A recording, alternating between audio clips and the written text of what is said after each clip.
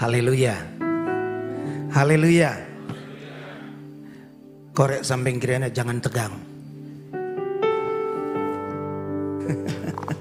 Haleluya. Saudara bersuka cita? Berapa banyak yang bersuka cita atas kebaikan Tuhan dalam hidupnya?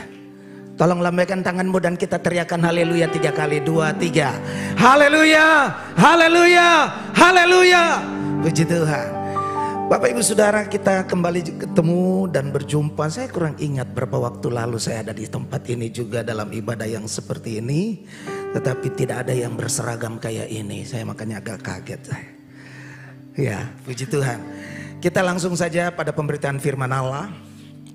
Saya hadir hari ini dalam rangka membawa anak bungsu kami yang wanita bersama-sama dengan saya akan masuk angkatan ke-70 di Sekolah Alkitab Beji. Semua oleh anugerah Tuhan. Anak ini ternyata Tuhan sudah persiapkan dari sejak dia masih SMP. Ketika dia bernasar akan melayani Tuhan sepenuh waktu dan memberikan hidupnya untuk Tuhan. Sebenarnya kami punya harapan dia akan bisa menjadi seorang sebagaimana yang dia cita-citakan. Sebagai orang tua kami berharap karena 2 kakaknya sudah sekolah Alkitab, sudah melayani. Lalu dia yang bungsu, prestasinya bagus, kelas unggulan, ranking terus 3 besar, berharap dia akan bisa lebih baik dan dia tembus, saudara. Tahun lalu ketika dia tamat SMA dia dapat beasiswa untuk memilih boleh ke Korea Selatan, boleh ke Taiwan. Tapi dia nggak mau ambil, kami nggak ngerti. Lalu ketika dia tes untuk masuk perguruan tinggi, yang tadinya dia berharap jalur undangan tapi tidak tembus. Dia tes, dia diterima di UNM Makassar, Universitas Negeri Makassar. Itu pun dia tidak mau ambil. Sepertinya dia ingin membuktikan bahwa memang dia bisa, kalaupun dia mau kuliah dia bisa. Tapi lebih kuat apa yang Tuhan sudah taruh dalam hatinya dan apa yang pernah dia nasarkan dalam satu kegiatan youth camp. Ketika pembicara menantang dalam KKR malam terakhir, siapa yang ingin menyerahkan hidupnya untuk Tuhan 100%. Dia masih kelas 2 SMP waktu itu. Dialah anak pertama yang lari dari sekian ribu peserta untuk naik ke atas mimbar dan minta didoakan jadi seorang hamba Tuhan. Anak ini. Saya pikir dia sudah lupa dengan panggilan itu karena dia berusaha masuk sekolah, masuk kuliah dan sebagainya. Tapi ternyata tetap setelah setahun dia menganggur bersama dengan kami di rumah dengan mempertimbangkan saya mau sekolah atau tidak. Tapi lebih kuat untuk tetap mau masuk Beji Sekolah Alkitab. Dan setelah itu dia berencana melanjutkan pendidikan S1 Sarjana Pendidikan Agama. Dia mau ambil itu dan saya bilang waktu Tuhanlah yang terbaik buat kamu. Kamu miliknya Tuhan. Dengar kesaksian ini kok pada diam semua. Kita tepuk tangan buat Tuhan yang baik. Itu sebabnya kami suami istri ada di sini. Kalau yang lalu saya sendiri yang datang. Karena dalam satu kegiatan pelayanan di Tropodo waktu itu. Tapi mari kita buka saja Alkitab kita. Nama sayanya sudah ditahu ya. Pendeta Vinky Da Costa. Putra ke-6 dari almarhum Pendeta MF Da Costa di Makassar. Dan saya ada dengan keluarga, kita langsung saja. Karena nggak penting siapa yang bicara di depan, tapi biarlah Roh Kudus yang kita akan nikmati apa yang Ia ingin sampaikan bagi kita semua. Amin. Haleluya. Ibrani pasal yang kelima.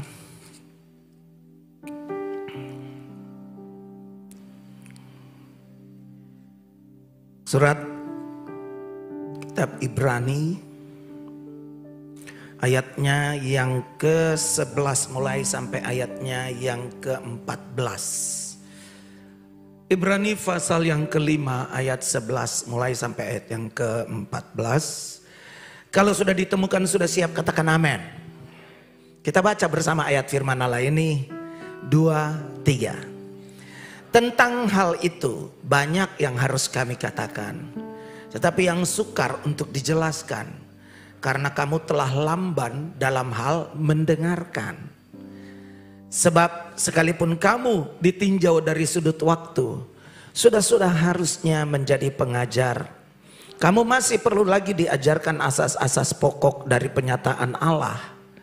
Dan kamu masih memerlukan susu, bukan makanan keras. Sebab barang siapa masih memerlukan susu, ia tidak memahami ajaran tentang kebenaran. Sebab ia adalah anak kecil. Lalu ayat yang ke-14 bersama-sama 2, 3. Untuk orang-orang dewasa yang karena mempunyai panca indera yang terlatih untuk membedakan yang baik daripada yang jahat. Haleluya. Hari ini secara spesial jemaat GPD Haleluya Rungkut memperingati kesiapan kita menghadapi hari kemerdekaan. Makanya agak spesial.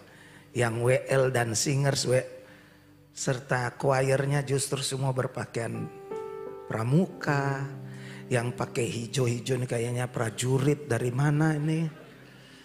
Tapi ada tertulis haleluya. Wah, ini prajurit haleluya ini. Tuhan punya, amin. Saya dengar tadi bilang keluarga muda. Wow, lagi semangat-semangatnya. Puji Tuhan. Saya mau berkata begini, ternyata kekristenan kita sudah dimerdekakan. Percaya? Amin. Lalu yang bilang amin cuma berapa orang? Saudara percaya saudara sudah dimerdekakan? Sudah? Korek samping kirinya, kerjakan terus kemerdekaan itu. Disuruh korek sampingnya kok lihat saya terus. Yang di balkon korek samping kirinya bilang ini, kerjakan kemerdekaan itu terus. Haleluya. Saudara, menjadi penting kita paham tentang kekristenan kita. Bukan soal lamanya kita menjadi orang Kristen, bukan soal lamanya kita sudah berdiri melayani, kita sudah terlibat pelayanan pekerjaan Tuhan luar biasa. Bukan itu sekedarnya. Tapi yang seharusnya terjadi dalam kehidupan kekristenan kita, pertumbuhan secara rohani dan menjadi dewasa, bukan lagi kanak-kanak.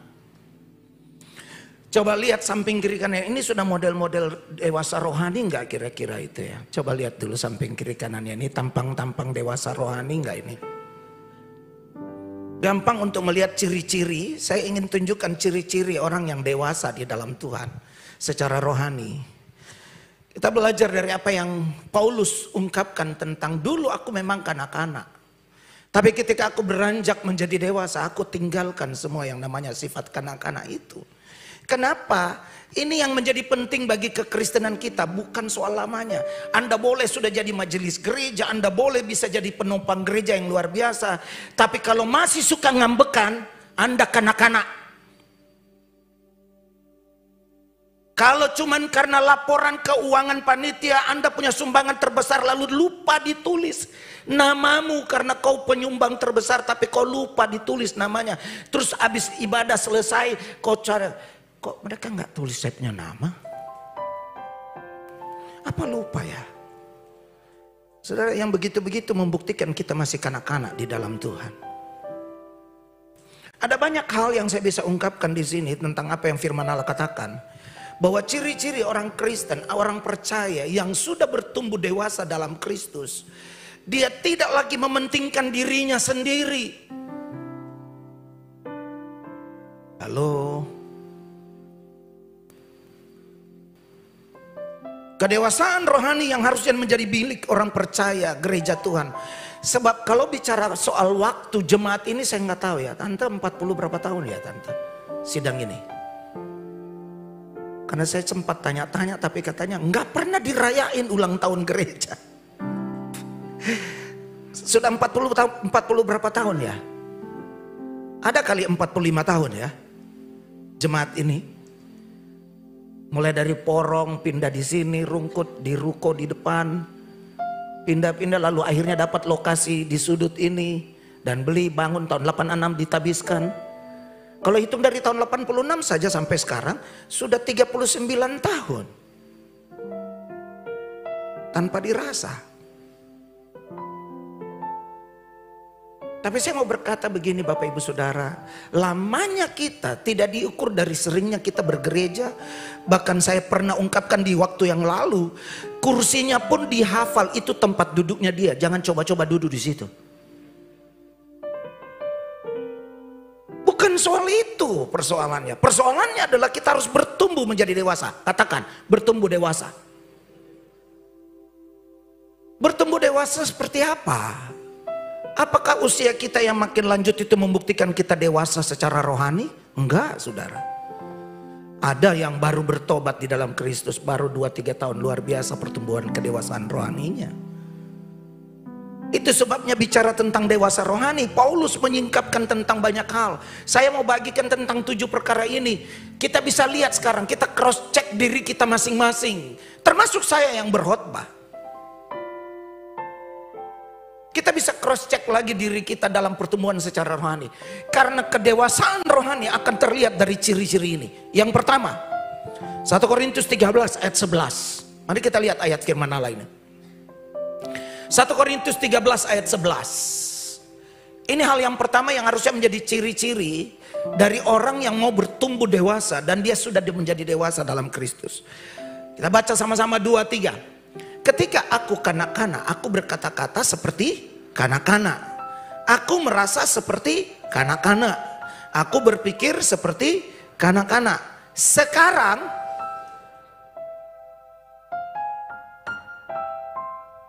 halo, saudara ingat nggak sifat kanak-kanak itu kayak apa?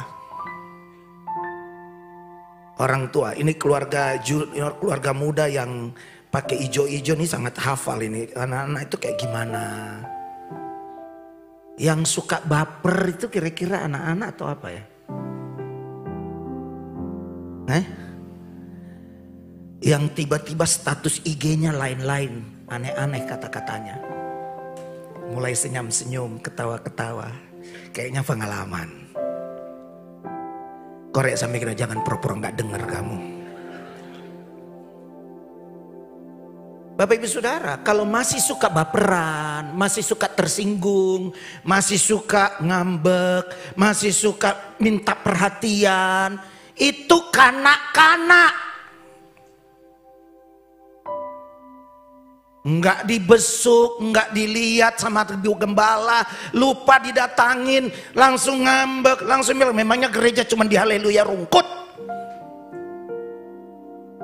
Yang kayak gini nih, kanak-kanak. Halo? Ini makin ada orang atau sudah tidak ada orang nih? Saudara, saya mau beritahu dengar baik. Kalau kita masih sering kali bergereja, kita berjemaat, kita berbuat banyak bagi gereja, tapi masih suka tersinggung untuk sesuatu apa saja, kita sebenarnya masih kanak-kanak dalam sifat. Karena kita belum mau bertumbuh dewasa dengan apa yang Tuhan mau dengan hidup kita. Sebab Alkitab berkata jangan iri dengan orang lain. Saya pernah ungkapkan ayat itu juga di tempat ini. Di mana ada iri hati dan mementingkan diri sendiri, di situ timbul kekacauan dan segala macam perbuatan jahat. Yakobus 3 ayat 16. Saudara boleh lihat itu. Jadi kalau di gereja terjadi pengkotak-kotakan, ini kelompok ini, itu kelompok ini, lalu mulai bersaing soal tampilan dan segala macam, itu sifat kanak-kanak. Halo? Korek sampingnya bilang ini, jadi dewasa. Haleluya. Haleluya. Haleluya. Puji Tuhan. Tuhan sayang kita untuk mengingatkan kita untuk bertumbuh. Meninggalkan sifat kekanak-kanakan itu. Yang pertama, orang yang bertumbuh dewasa di dalam Kristus secara rohani, sifat kanak-kanak ditinggalkan dari hidupnya. Sifat kanak-kanak itu suka sekali egonya lebih besar, lebih peduli dengan dirinya sendiri daripada peduli dengan orang lain, lebih minta diperhatikan dan minta dilayani, lupa dilayani, bisa-bisa dia bilang memangnya cuman di sini. Yang kayak begitu itu berarti masih kanak-kanak dan belum siap menjadi dewasa di dalam Tuhan. Orang yang belum dewasa dalam rohani masih akan suka mendapatkan perhatian lebih daripada orang lain. Dia butuh mendapat pengakuan terhadap apa yang dia buat. Waktu dia sudah mengerjakan sesuatu, dia buat sesuatu, dia butuh orang lain juga bisa mengakui itu, bahwa itu karena dia. Itu membuktikan sifat kanak-kanak. Maka saya mau berkata jemaat ini yang sudah 40-an tahun lebih, Saya nggak tahu berapa tahun Anda mulai jadi anggota jemaat ini. Mungkin belum lama. Tapi biarlah dalam waktu yang belum lama itu kita mau bertumbuh menjadi dewasa di dalam Tuhan. Amin. Kita bukan lagi mementingkan diri kita sendiri, tapi demi kepentingan kerajaan Allah. Semua orang sama di hadapan Tuhan. Amin. Yang kedua, ciri-ciri orang yang bertumbuh menjadi dewasa di dalam Tuhan adalah, mari kita buka lagi ayat firman Allah lainnya yang Paulus ungkapkan dalam 1 Korintus pasal 14. 1 Korintus 14 ayatnya yang ke-20. Luar biasa dinginnya ini ruangan ini. Saya sudah pakai AC tapi tangan saya sudah kedinginan banget. 1 Korintus 14 ayat yang ke-20. Kita baca bersama 2, 3. Saudara-saudara, janganlah sama seperti anak-anak dalam pemikiranmu. Jadilah anak-anak dalam kejahatan. Tetapi dengan kata lain, orang yang dewasa di dalam Tuhan, yang bertumbuh secara rohani dalam Tuhan, memiliki hati dan pikiran yang sesuai dengan firman Tuhan. Nggak ada yang bilang amin ya. Haleluya. Saudara, orang yang mau bertumbuh menjadi dewasa di dalam Tuhan adalah orang-orang yang begitu dia menjadi percaya, dia sadar dia sudah dimerdekakan di dalam Kristus, yang mengerjakan itu di atas kayu salib, dan dia sekarang menjadi manusia yang baru di dalam Kristus. Dia tidak tinggal lagi dalam pemikiran kanak-kanaknya, tapi dia bertumbuh menjadi dewasa dalam pemikiran. Kenapa pemikiran?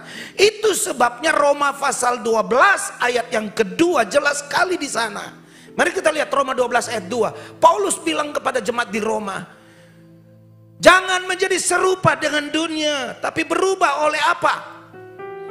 Pembaruan budimu, pikiranmu. Supaya apa? Kalau kita berubah dalam paradigma kita, pembaruan budi kita, sehingga kita dapat apa? Ayat itu loh, lihat di ayat itu, jangan lihat saya.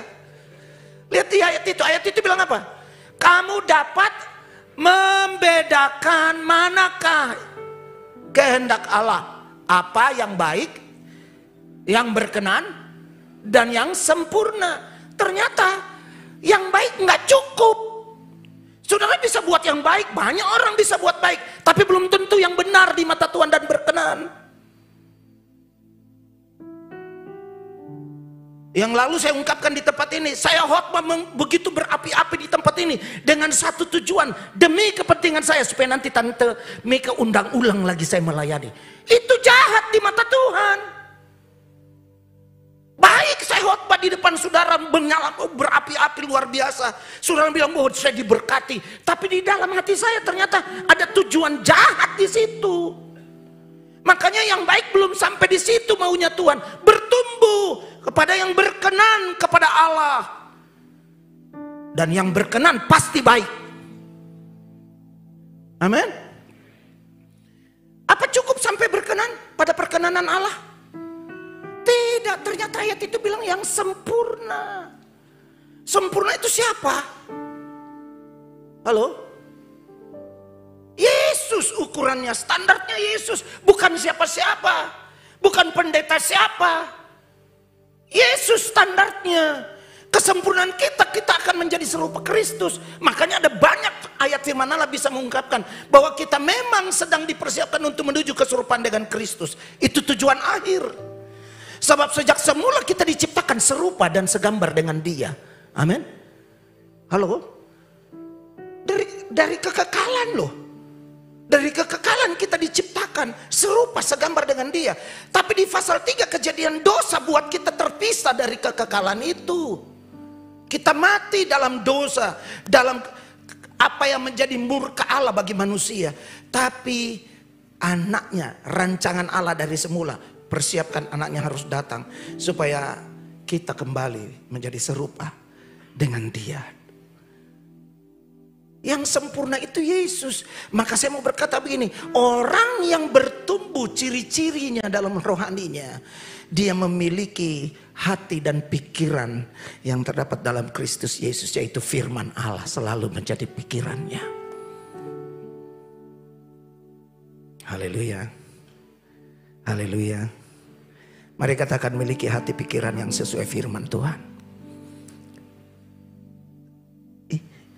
Katakan sama-sama, miliki hati dan pikiran sesuai firman Tuhan. Amin. Yang ketiga, dengan cepat kita bisa tahu dan kita mulai cross check diri kita. Kita sudah seperti itu enggak? Kalau belum, mari kita berjuang bersama-sama. Mumpung mau hari kemerdekaan. Haleluya. Yang ketiga, 1 Korintus 16 ayat 13 dan 14. 1 Korintus 16 ayat 13 dan 14. Paulus ingatkan jemaat di Korintus dengan satu pernyataan yang penting bagi kita semua. Baca bersama ayat ini 2, 3. Berjaga-jagalah, berdirilah dengan teguh dalam iman. Bersikaplah sebagai laki-laki dan tetap kuat. Ayat 14. Lakukanlah segala pekerjaanmu dalam kasih.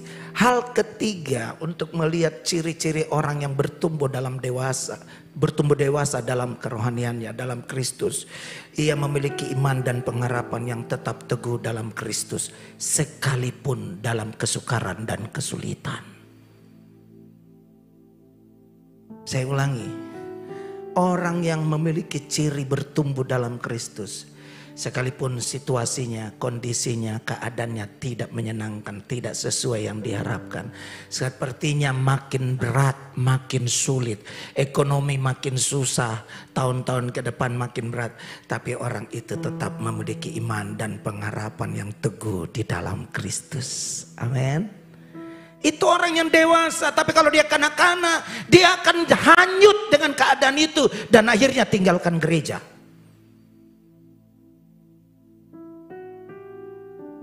Korek samping kamu jangan seperti itu. Disuruh kasih tahu samping kiri kanannya, bilang kamu jangan seperti itu. Haleluya. Yang di balkon, jangan seperti itu. Amin. Haleluya. Mau bertumbuh? Jangan bilang amin terus. Aduh, berat sekali jadi orang Kristen.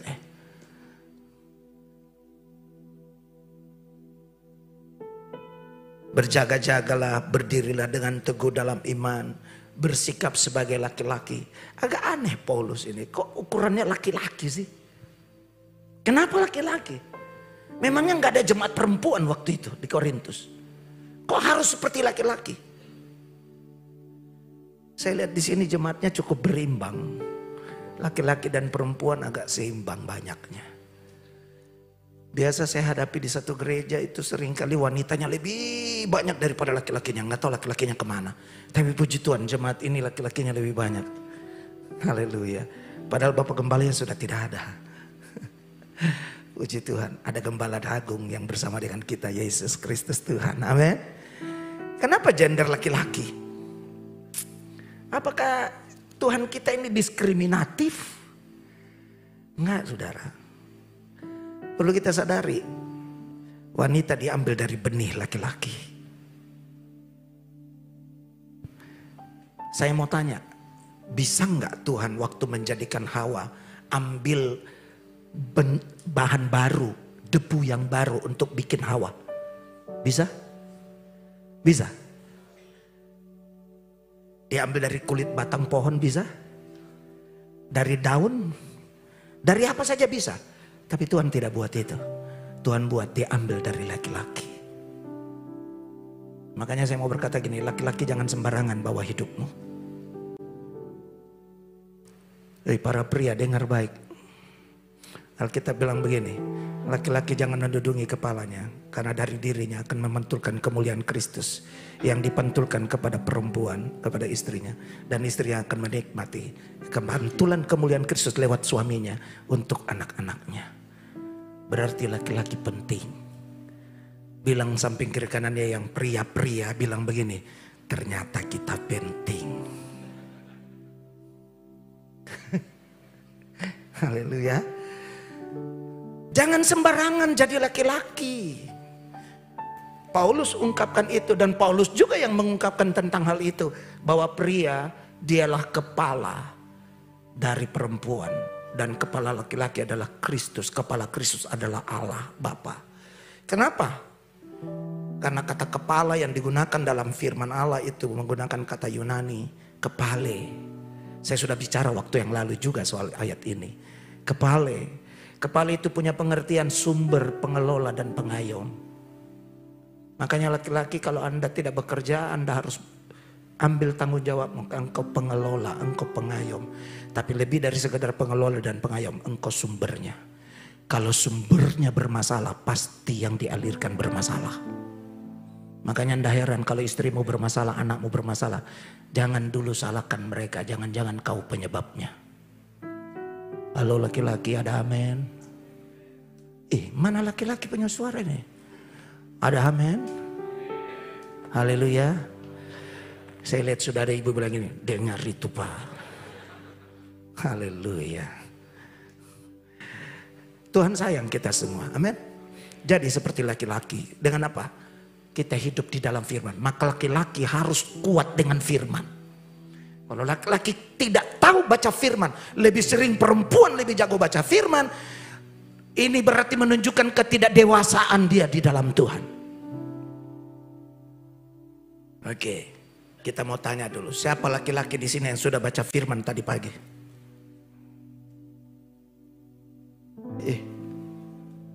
Ini orang dengar, cuman satu, dua orang dengan saya, 3 orang. Jangan malu-malu angkat tangan, itu kenapa sih? Saya cuma bertanya. Siapa di sini laki-laki yang sudah baca firman tadi pagi? Haleluya. Jangan malu-malu, tidak usah sungkan-sungkan. Saya tanya begini kenapa? Saya cuma ingin tahu, lihat. Jauh di atas itu segalanya, Tuhan sudah tahu kau baca atau tidak. Betul tidak? Halo? Kau angkat tangan bilang kau tidak baca tadi pagi, tidak baca, tapi kau angkat tangan. Kau bohong, Tuhan tahu itu. Sudah dalam gereja bohong lagi. Saya mau bilang begini, dengar baik Bapak Ibu Saudara. Kenapa kita menjadi penting laki-laki untuk berdiri? Alkitab yang bilang jadi seperti laki-laki. Kenapa laki-laki? Karena laki-laki menggambarkan kemuliaan Kristus. Kata Alkitab. 1 Korintus pasal 7 sudah bisa temukan ayat itu. Saya tidak bacakan. Pada pria kemuliaan Kristus itu terpantul. Tapi bagaimana mau mantulkan kemuliaan Kristus? Baca ayat saya nggak pernah.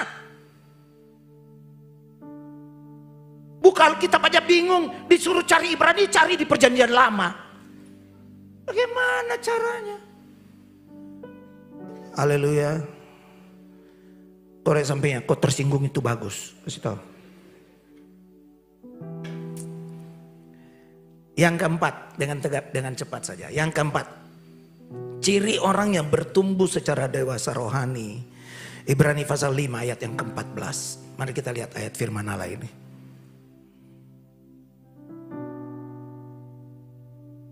Tadi kita udah baca ayat ini. Kita baca bersama 2, 3. Tapi makanan keras adalah untuk orang-orang dewasa. Yang karena mempunyai panca indera yang terlatih. Untuk apa? Membedakan yang baik daripada yang jahat. Makanya bersyukur kalau dapat firman Allah, pengkhotbah yang datang khotbah keras, kasih tegur dosa, singgung kita punya keadaan. Puji Tuhan. Enggak ada yang bilang haleluya ya. Karena apa? Ciri orang yang bertumbuh dewasa dalam kedewasaan rohaninya, orang itu tidak akan pernah kompromi, tapi hidupnya tegas terhadap dosa. Dia tidak akan kompromi dengan yang namanya dosa dalam hidupnya.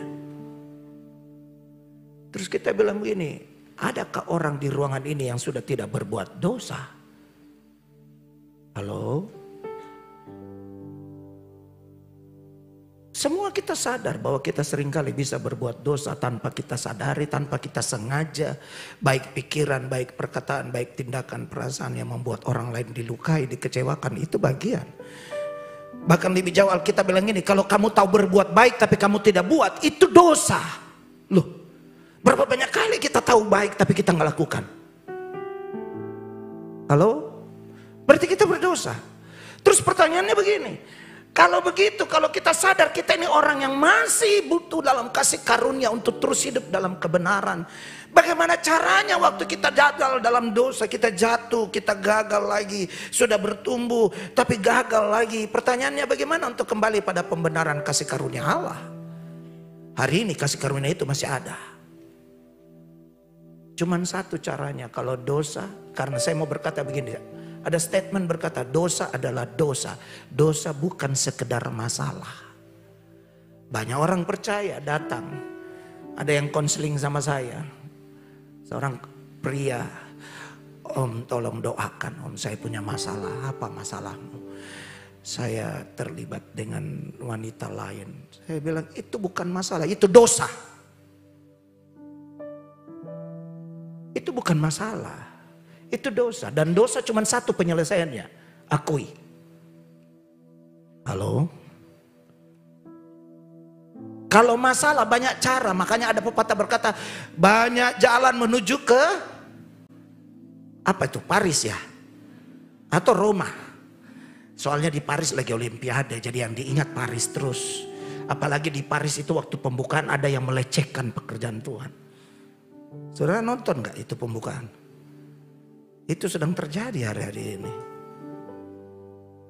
Makanya orang percaya harus terus bertumbuh dewasa supaya dia bisa membedakan mana yang benar, mana yang salah. Mana yang benar, mana yang jahat. Mana yang baik, yang mempermuliakan nama Tuhan. Anda berbisnis, bisnismu benar di mata Tuhan. Anda mengerjakan segala usaha yang kau kerjakan, kerjakan dalam hidup yang benar di hadapan Tuhan. Anda mengembalikan milik Tuhan, kembalikan yang benar di mata Tuhan. Anda mengerjakan segala sesuatu yang Tuhan percayakan dalam hidup di dunia sekuler sana, apapun itu. Menangkan itu bagi kerajaan Allah dengan cara hidupmu yang sesuai firman Tuhan. Enggak ada yang lain. Aduh Pak Pendeta, kita itu mah biasa. Yang namanya kalau kita enggak pakai sedikit amplop, aduh enggak keluar tuh izin. Saudara, saya sudah temukan banyak pendeta, ada beberapa orang pengusaha teman yang benar-benar enggak mau berkompromi dengan itu. Tuhan bela saudara.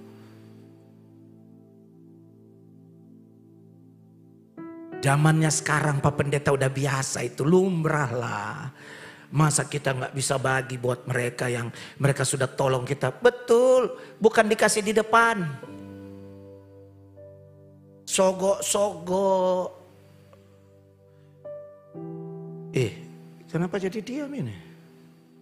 Kok Korea sampai kiri kanan bilang ini, jangan pura-pura tuli ya dengan apa yang disampaikan. Saudara, kekristenan kita makin ditunjukkan untuk hari-hari terakhir ini. Waktu kita makin singkat di hadapan Tuhan. Kita nggak pernah tahu kapan Tuhan datang. Kita nggak pernah tahu apa yang terjadi sekarang di Timur Tengah. Walaupun berita kita bisa dengar, semua bisa berubah dalam waktu yang begitu cepat. Dan Tuhan sendiri sudah berkata dalam firman-Nya, karena orang benar waktu itu dipersingkat. Makanya saya mau bilang gini, biarlah kita semua di ruangan gereja ini, kita adalah masuk pada kategori orang benar. Sehingga ketika waktu itu tetap dipersingkat, kita didapati dewasa di dalam Tuhan. Amin. Pada Ibrani 5 ayat 14 itu, orang yang hidupnya bertumbuh dewasa dalam Kristus, dia tidak akan pernah bermain-main dengan dosa. Dia tidak akan kompromi dengan dosa dalam hidupnya. Sebaliknya ketika dia jatuh dalam dosa, dengan cepat pula dia berani mengakui itu di hadapan Tuhan. Karena Alkitab berkata Tuhan itu setia dan adil ketika kita datang mengakui dosa kita. Amin. 1 Yohanes 1 ayat yang ke-9. Mari lihat ayat itu. 1 Yohanes 1 ayat 9. Baca ayat ini. 2, 3. Maka ia adalah setia dan adil, sehingga ia akan mengampuni segala dosa kita dan menyucikan kita dari segala kejahatan. Amin. Saudara, bisa saja setiap saat kita jatuh, kita gagal. Tadi malam barangkali, atau tadi mau pergi gereja semua terlambat. Bilang cepat sudah klakson-klakson, mama tersinggung di dalam, belum selesai itu semengken, belum selesai itu semua. Tersinggung, marah. Sudah selesai enggak dengan itu? Orang yang mau bertumbuh dewasa dalam Tuhan, salah satu cirinya adalah dia tidak akan berkompromi dengan dosa lagi. Haleluya. Kalaupun ada dosa, diakui dan diselesaikan di hadapan Tuhan. Amin. apalagi mau curi-curi miliknya Tuhan. Saudara, kita tadi bicara dari awal, pemimpin pujian ingatkan kita akan merayakan kemerdekaan. Kita sudah merdeka, amin. Oleh karena Kristus yang mau mati di atas kayu salib dan memberikan hidupnya, kita dimerdekakan. Kalau kita saja sudah ditebus dengan darahnya, berarti kau punya rumah, kau punya mobil, kau punya semua aset dan segala macam itu siapa punya? Halo? Siapa punya itu? Saya punya Pak Pendeta, saya yang kerja. Kalau hidupmu saja Tuhan yang tebus, berarti kau miliknya Tuhan, betul? Berapa banyak yang sadar dia dirinya, hidupnya adalah miliknya Tuhan? Lambaikan tanganmu kalau engkau sadar kau miliknya Tuhan. Amin. Berarti kau punya mobil, kau punya aset, kau punya ruko, kau punya rumah, baik di mana saja kau punya aset. Itu siapa punya? Tuhan punya. Makanya yang semua itu Tuhan sudah kasih sama kita, Tuhan percayakan untuk kita kelola. Kelola dengan benar. Sesuai dengan poin yang ketiga tadi, hidup dalam firman. Kerjakan dengan benar di hadapan Tuhan. Karena bukan apa saja yang baik, tapi apa yang berkenan dan sampai yang sempurna bagi kemuliaan nama Tuhan. Amin. Kita sedang mengerjakan itu dalam hidup pengiringan kita di dalam Kristus. Bukan soal lamanya waktu kita menjadi orang percaya. Tapi dari waktu ke waktu perubahan hidup kita menunjukkan kita makin dewasa dalam Tuhan. Karena apa? Enggak mudah lagi tersinggung. Enggak kompromi lagi dengan dosa. Enggak lagi egois dengan dirinya sendiri. Tapi hidup belajar dipimpin oleh Roh Kudus dengan firman yang terus menyertai hidupnya. Yang kelima. Tadi yang keempat, orang yang dewasa dalam Tuhan, dia dewasa, dia tegas terhadap dosa dan tidak kompromi. Maka yang kelima, Efesus 4 ayat 14 dan 15. Efesus 4 ayat 14 dan 15. Orang yang hidupnya bertumbuh dewasa rohani di dalam Kristus, orang itu akan selalu pegang pengajaran Kristus dan dia tidak mudah disesatkan. Efesus 4 ayat 14 dan 15. Dikatakan di sana, sehingga kita bukan lagi anak-anak yang diombang-ambingkan oleh rupa-rupa angin pengajaran, oleh permainan palsu manusia dalam kelicikan mereka yang menyesatkan. Ayat 15. Tetapi dengan teguh berpegang kepada kebenaran, di dalam kasih kita bertumbuh di dalam segala hal. Ke arah siapa? Kristus. Amin. Bukan ke arah siapa lain. Bukan ke arah Paulus, bukan ke arah apalagi cuma Vicky da Costa. Bukan. Tapi ke arah Kristus. Amin. Pertumbuhan kerohanian kita menjadi dewasa makin serupa Kristus karena kita berpegang pada ajaran Kristus. Kita nggak mudah tersesat. Kita nggak mudah disesatkan dengan pengajaran-pengajaran yang aneh-aneh. Nonton di YouTube ada sedikit ngomong begini, iya ya, kayaknya betul juga. Dia pakai ayat sih. Saudara, kalau saudara masih bimbang dengan begitu-begitu, hati-hati. Mari belajar diri kita sendiri dengan Roh Kudus, dengan Tuhan yang kita sembah. Yohanes pasal 1 jelas sekali, firman itu adalah Allah. Allah itu firman, dan firman itu menjelma menjadi manusia. Ayat 14, dia telah menjadi manusia di dalam Yesus. Dan Yesus berkata, aku akan berikan kamu roh penolong itu. Terlebih baik aku pergi kepada Bapa ketika dia selesai dalam tugasnya.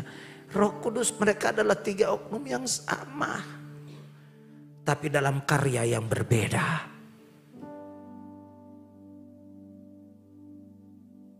Sekarang ada pengajaran oneness, Kristus toh. Ada pengajaran-pengajaran yang bilang lagi sudah tidak ada itu Tritunggal, adanya cuma Dwitunggal. Loh, ini aneh-aneh aja ini orang-orang. Makin pintar, makin tinggi jadi sekolah teologi, sekolah tinggi. Soti S3, S3, enggak tahu S-teler apa yang bikin dorang rubah pikiran dorang. Baru alasan lagi bilang itu mau konsili Nikea yang bikin itu pernyataan tentang Tritunggal dan segala macam. Apa lupa baca Alkitab? Yesus saja bilang baptis dalam nama Bapa, Anak dan Roh Kudus. Ada ketiga perkara itu yang diungkapkan. Lalu murid-muridnya dalam praktek baptisan, murid-muridnya baptis dalam nama Tuhan Yesus Kristus. Makanya baptisan GPDI kita lengkapi semuanya. Kami baptiskan engkau di dalam nama Bapa, Anak laki-laki dan Roh Kudus, yaitu Tuhan Yesus Kristus. Amin. Tuhan itu Bapa, Yesus itu Anak, Roh Kudus Kristus yang mengurapi dan yang menolong kita, memampukan kita menjalankan kehidupan kekristenan kita makin serupa Kristus. Amin. Makanya Roh Kudus ada dengan kita. Roh Kudus menolong kita, memampukan kita untuk mengerjakan tanggung jawab kekristenan kita di dalam Kristus. Maka hal yang kelima, orang yang bertumbuh dewasa rohani adalah orang yang selalu berpegang pada ajaran Kristus. Dan tidak mudah disesatkan. Tidak mudah goyah menghadapi ajaran-ajaran yang aneh-aneh, yang sesat, atau tipu muslihat iblis yang selalu mau menjatuhkan iman percaya kita. Ada banyak situasi yang bisa dibuat oleh pekerjaan kuasa kegelapan untuk merongrong supaya lebih banyak orang percaya gugur dalam iman. Tapi kiranya kita jemaat GPDI Haleluya Rungkut ini benar-benar bertumbuh menjadi dewasa. Amin. Kita tidak mudah disesatkan dengan pengajaran apapun. Yang keenam, Roma 12 ayat 1. Tadi kita baca ayat yang kedua. Tapi ayat yang pertama berkata, karena itu saudara-saudara, demi kemurahan Allah aku menasihatkan kamu, supaya kamu mempersembahkan tubuhmu sebagai persembahan yang hidup, yang kudus, dan yang berkenan kepada Allah. Itu adalah ibadahmu yang sejati. Dengan kata lain, kalau kita sadar hidup kita hanya untuk dipersembahkan kepada Tuhan. Hewan, saya sudah ungkapkan di sini kalau nggak salah ya, khotbah yang lalu. Hewan yang mau dipersembahkan oleh bangsa Israel.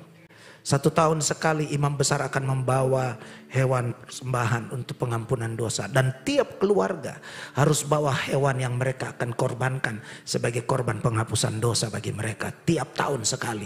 Itu terjadwal bagi mereka. Maka mereka harus datang bawa. Kalau dia kaya sesuai status kehidupannya, dia bawa lembu sapi. Kalau dia menengah, dia bawa kambing domba. Kalau dia orang kurang mampu, miskin, dia bawa burung merpati atau perkut. Itu yang mereka persembahkan. Harus ada hewan yang mati di sana. Tapi waktu dibawa ke persembahan itu di depan imam-imam, imam akan periksa ini layak enggak, kudus enggak, tidak ada cacat celanya enggak. Kalau ada, enggak layak untuk dipersembahkan. Kalau ditemukan dalam hewan yang akan dipersembahkan oleh umat Tuhan waktu itu, yang mau dibawa di bait Allah untuk dipersembahkan di mesbah korban, ternyata didapati giginya cacat, nggak boleh dipersembahkan. Dan hewan yang mau dipersembahkan oleh orang Israel, tiap orang ketika mereka mempunyai lembu atau mereka punya sapi, kambing, domba dan sebagainya, begitu lahir hewan itu, mereka khususkan, mereka sendirikan itu di kandang yang tidak sama dengan yang lain-lainnya. Karena yang satu ini pada saatnya nanti tahun itu mereka akan korbankan untuk menjadi hewan pengorbanan mereka. Itu yang ditulis di sini. Persembahkanlah tubuhmu sebagai persembahan yang hidup. Paulus menggambarkan seperti itu bagaimana umat Tuhan dalam mengembalikan semua korban-korban mereka sebagai penghapusan dosa mereka. Saya mau berkata gini, Yesus sudah kerjakan itu untuk kita. Amin. Yesus sudah jadi korban bagi kita. Dan kita dibenarkan karena Kristus. Tapi satu hal yang Paulus ingin ingatkan kepada kita. Sadari hidupmu cuma untuk dipersembahkan kepada Tuhan. Amin. Korek sampingmu, kau cuma untuk dipersembahkan. Haleluya. Siap dipersembahkan? Halo? Siap dipersembahkan? Kenapa nggak ada yang berani jawab? Saudara, hewan yang dipersembahkan itu ujung-ujungnya waktu dia ada di atas mezbah setelah diikat, dia digerek. Harus ada korban darah di situ, dia dipotong. Dan ketika dia karena sudah diperiksa, dia layak, kukunya bagus, pantatnya bagus, ekornya bagus, semua layak, boleh dipersembahkan. Naik di atas mezbah setelah diikat, digerek. Nah, Paulus ungkapkan tentang Roma 12 ayat 1. Hidupmu bersama kamu memiliki Hidup yang dipersembahkan. Supaya kamu mempersembahkan tubuhmu sebagai persembahan yang hidup. Bukan yang sudah mati, yang masih hidup. Tapi yang hidup ini, waktu diperiksa sudah semua layak, kudus, berkenan, dan tidak ada yang cacat. Siap mati. Coba korek samping kirinya bilang gini. Yang di balkon kasih tahu samping kirinya. Sudah siap mati belum? Haleluya. Tadi mau dipersembahkan. Mau dipersembahkan? Kristus sudah kerjakan. Tapi kita harus sadar hidup kita hanya untuk kemuliaan bagi nama Tuhan. Berarti cuma satu dari hidup kita yang kita harus kerjakan dalam hidup ini. Siap mati. So siap mati? Bapak pendeta dari Bekasi, dari Sulawesi Tengah lu. So siap mati? Oh siap om. Sampai so ada di situ leh. So kasih tinggal pekerjaan sampai melayani Tuhan. Saya mau bilang gini. Matinya itu mati dagingmu. Mati egomu. Mati hawa nafsumu. Itu yang mati. Kalau masih suka tersinggung berarti belum mati. Halo? Pernah lihat orang mati? Disemayamkan? Tiba-tiba datang seorang. Memang kurang ngajar dia itu. Dia yang makan saya punya uang. Bangsat dia, segala macam kata-kata caci maki keluar. Pernah lihat reaksinya itu orang mati? Dia bikin apa? Dia diam. Betul? Korek sambil bilang, kenapa kau tersinggung? Sudah mati belum? Haleluya. Pak Pendeta, kita masih manusia. Kita bukan Tuhan Yesus. Yang bilang kau Tuhan Yesus siapa? Kau tetap manusia, tapi kau harus hidup serupa Kristus. Amin. Serupa Kristus berarti bukan sekedar kita mengajar gayanya Kristus, tapi karakter Kristus. Kristus tersinggung gak waktu dia diludahi? Halo? Yesus tersinggung? Terus kau coba samping kiri kanan, kenapa kau tersinggung dan? Kalau kita masih seperti itu berarti kita kanak-kanak. Haleluya. Haleluya. Aduh, ini Pak Pendeta 2 kali dia datang, dia 2 kali tembak kita terus. Yang terakhir, aman sudah kalau yang terakhir. 1 Korintus 3 ayat 1 sampai 3. 1 Korintus 3 ayat 1 sampai 3. Tante minta maaf panjang ini khotbah ini. Ada ibadah ketiga lagi nih. Oh sore. Berarti enggak apa-apa sampai jam 2 ya. 1 Korintus 3 ayat 1 sampai 3. Mari baca sama-sama 2, 3. Dan aku saudara-saudara pada waktu itu tidak dapat berbicara dengan kamu seperti dengan manusia rohani. Tetapi hanya dengan manusia duniawi yang belum dewasa dalam Kristus. Ayat 2. Sesulah yang kuberikan kepadamu bukanlah makanan keras. Sebab kamu belum dapat menerimanya. Dan sekarang pun kamu belum dapat menerimanya. Ayat yang ketiga. Karena kamu masih manusia duniawi. Sebab jika di antara kamu ada iri hati dan perselisihan. Bukankah hal itu menunjukkan bahwa kamu manusia duniawi. Dan bahwa kamu hidup secara manusiawi. Seringkali kita dengar kata-kata manusiawi sekali. Kita minta excuse dan dipahami karena kita masih manusia belaka. Tapi lihat Paulus bilang, kamu ternyata manusiawi dan manusia duniawi. Saudara mau bertumbuh menjadi dewasa rohani? Jemaat GPDI, haleluya, mau bertumbuh dewasa? Mau? Jangan tinggal kekanak-kanakan. Masih suka iri. Masih suka berselisih. Kiranya perselisihan itu tidak ada. Apalagi jelang-jelang Natal kayak gini. kita mau seramnya warna gini ya, ya kita sepakat ya. Ya, terus yang satu yang memutuskan, enggak warnanya nanti begini. Siapakah dia? Kenapa dia memutuskan? Tersinggung lagi. Hal-hal yang begituan. Terus kita mau kasih makan apa? Cukup kue saja, roti. Kampungan banget. Jemaat Haleluya cuma kasih makan roti dalam perayaan Natal. Biasanya catering atau apa saudara yang begitu-begitu jadi masalah. Itu duniawi. Halo. Mau bertumbuh dewasa? Korek sama kiranya, jadi manusia rohani. Haleluya. Jadi manusia rohani, nggak ada yang lain loh. Kita bertumbuh tanpa iri hati, tanpa perselisihan, tanpa ego di sana. Kenapa? Sudah mati. Halo? Sudah mati? Poin 6 tadi, sudah mati. Dagingmu mati, emosimu mati. Pak Pendeta, jangan sampai emosi mati. Kita nanti tidak punya perasaan. Bukan. Saudara lihat dalam Galatia pasal 5. Jelas sekali ayatnya tentang kedagingan itu. Daging itulah yang harus mati. Haleluya. Ujung-ujungnya dari kehidupan kekristenan kita untuk bertumbuh menjadi dewasa. Standarnya ukurannya cuma Yesus. Nggak ada yang lain.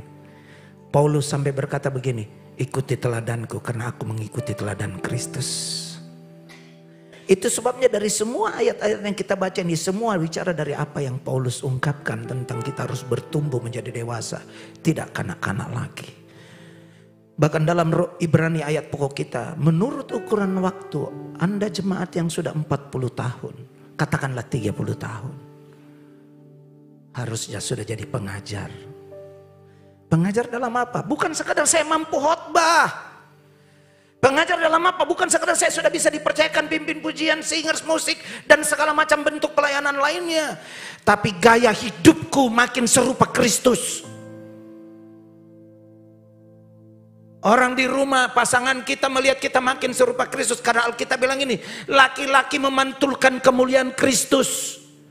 Makanya Paulus bilang jangan tudungi kepalamu pria-pria laki-laki. Karena pada kepala pria ada kemuliaan Kristus di sana. Kalau kita sendiri-sendiri tidak mampu tampil dengan apa yang Kristus mau lewat hidup kita. Jangan-jangan kita belum bertumbuh dewasa. Karena gereja yang disempurnakan adalah gereja yang dewasa di dalam Tuhan. Pemain musik siap. Singers boleh maju ke depan. Temani saya.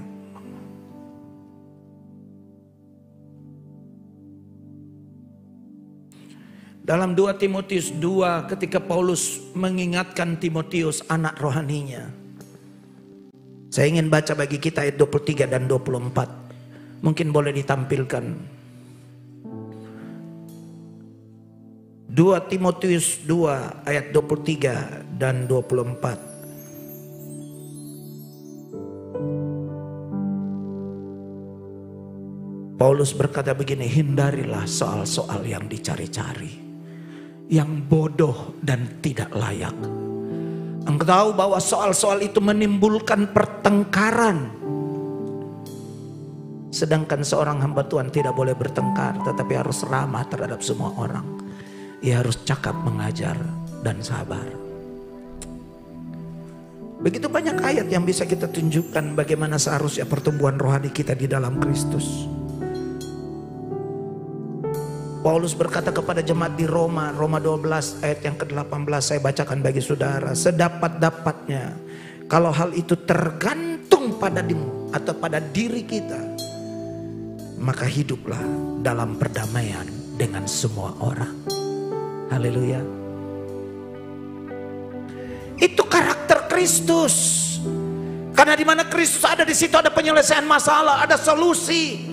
Ada jalan keluar. Seharusnya kehadiran orang percaya dimanapun dia berada, di kantornya, di bisnisnya, di usahanya, di aktivitasnya, di mana dia ada, orang menemukan jalan keluar lewat hidupnya.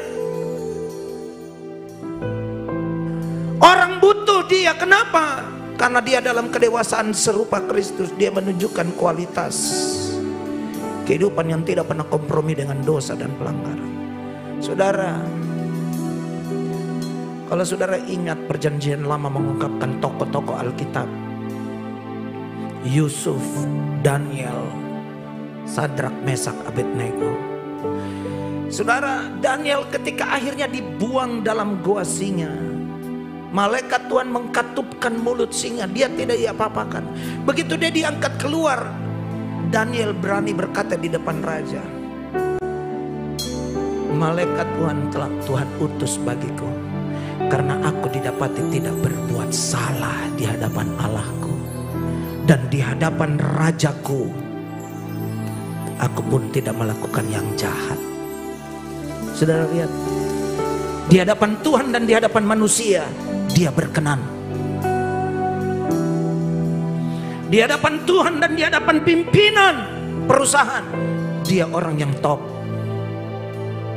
Seharusnya anak Tuhan, gereja Tuhan Air Zaman, dalam pertumbuhan kedewasaan rohaninya, dia menjadi kebutuhan perusahaan itu. Karena apa? Orang mencari kejujuran ada pada orang itu. Orang mencari ketulusan ada pada dia. Orang mencari kesabaran ada pada orang itu. Orang mau mencari yang namanya integritas ada pada orang itu. Karena kau bertumbuh dewasa makin serupa Kristus. Kenapa Indonesia tidak bisa dimenangkan? Tapi bersyukur cara Tuhan memenangkan saudara-saudara sepupu kita dengan caranya sendiri. Karena orang percaya tidak bisa tampil seperti yang Yesus mau. Tapi hari ini mari kita rubah cara berpikir kita, paradigma kita. Jangan kompromi lagi dengan dosa. Jangan hidup lagi dengan iri hati dan perselisihan. Tapi kita mau bertumbuh menjadi dewasa di dalam Tuhan.